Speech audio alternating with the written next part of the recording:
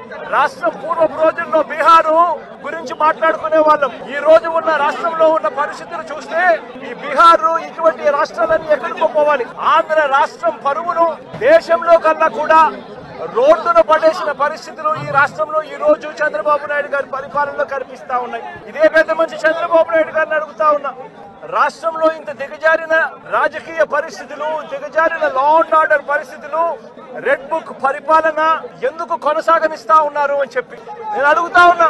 ఇదే రాష్ట్రంలో మొన్నటికి మొన్న 57 చోట్ల ఎన్నికలు జరిగాయి. ఈ 57 చోట్లకు జెడ్పీ చైర్మన్లు ఎన్నుకునే కార్యక్రమం గాని, ఎంపీపీ వైస్ ఎంపీపీలను ఎన్నుకునే కార్యక్రమం గాని, కోఆప్షన్ సభ్యులను ఎన్నుకునే కార్యక్రమాలు గాని, ఉప సర్పంచ్ ఎన్నుకునే కార్యక్రమాలు గాని, వీటి అన్నింటిలోనూ కూడా 57 చోట్ల రాష్ట్రంలో ఎన్నికలు జరిగితే 7 చోట్ల చంద్రబాబు నాయుడు గారికి వాతావరణం సరిగ్గా లేదు అని, తాను గెలిచే పరిస్థితి ఎక్కడా కూడా కనిపించడం లేదు అని, ప్రలోభాలు పెట్టడానికి ఇంకా సమయం కావాలి అని ఏకంగా 7 చోట్ల ఎన్నికలు చంద్రబాబు నాయుడు గారు పోస్ట్ పోన్ చేయించారు.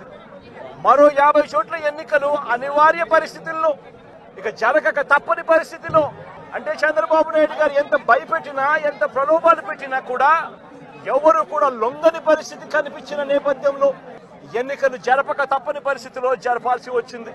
నేను అడుగుతా ఉన్నా, ఈ 50 చోట్ల ఎన్నికలు జరిగితే ఏకంగా 39 చోట్ల వైఎస్ఆర్సీపీ గెలిచింది. నేను అడుగుతా ఉన్నా ఇదే పెద్ద మంచి చంద్రబాబు నాయుడు గారిని, ఈ 57 చోట్లైనా కూడా చంద్రబాబు నాయుడు గారికి బలం లేదు. గెలిచిన వాళ్ళంతా వైఎస్ఆర్సీపీ సభ్యులు, వైఎస్ఆర్సీపీ బీఫామ్ మీద గెలిచిన సభ్యులు, వైఎస్ఆర్సీపీ టికెట్ మీద గెలిచిన సభ్యులు, వైఎస్ఆర్సీపీ ఫ్యాన్ గుర్తు మీద గెలిచిన సభ్యులు. మరి ఇలాంటి చోట చంద్రబాబు నాయుడు గారికి బలం లేదని తెలిసి ఎందుకు చంద్రబాబు నాయుడు గారు హింసను ప్రోత్సహిస్తూ, ప్రలోభాలను ప్రోత్సహిస్తూ, భయపెట్టిస్తూ, పోలీసులను తన దగ్గర పనిచేసే వాచ్మెన్ల కన్నా హీనంగా కూడా వాడుకుంటూ ఎందుకు చంద్రబాబు నాయుడు గారు ఇంత దిగజారిన రాజకీయాలు ఎందుకు చేస్తా ఉన్నారు చంద్రబాబు నాయుడు గారిని అడుగుతా ఉన్నా.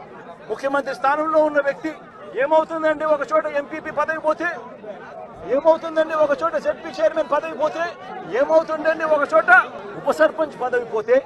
నేను అడుగుతా ఉన్నా ఇదే పెద్ద మంచి చంద్రబాబు నాయుడు గారి ముఖ్యమంత్రి కాబట్టి, అధికారంలో ఆయన ఉన్నాడు కాబట్టి, రాష్ట్రంలో ఏ పదవైనా కూడా తనకు బలం లేకపోయినా కూడా, తనకు సంఖ్యాబలం లేకపోయినా కూడా, తాను ముఖ్యమంత్రి అన్న అహంకారంతో ఏ పదవైనా కూడా నాకే కావాలి, ఏ పదవైనా కూడా నేను దౌర్జన్యం చేస్తాను అని చెప్పి లా అండ్ ఆర్డర్ ను పూర్తిగా నాశనం చేసిన పరిస్థితుల మధ్య ఈ రోజు రాష్ట్రంలో పరిపాలన సాగుతా ఉంది.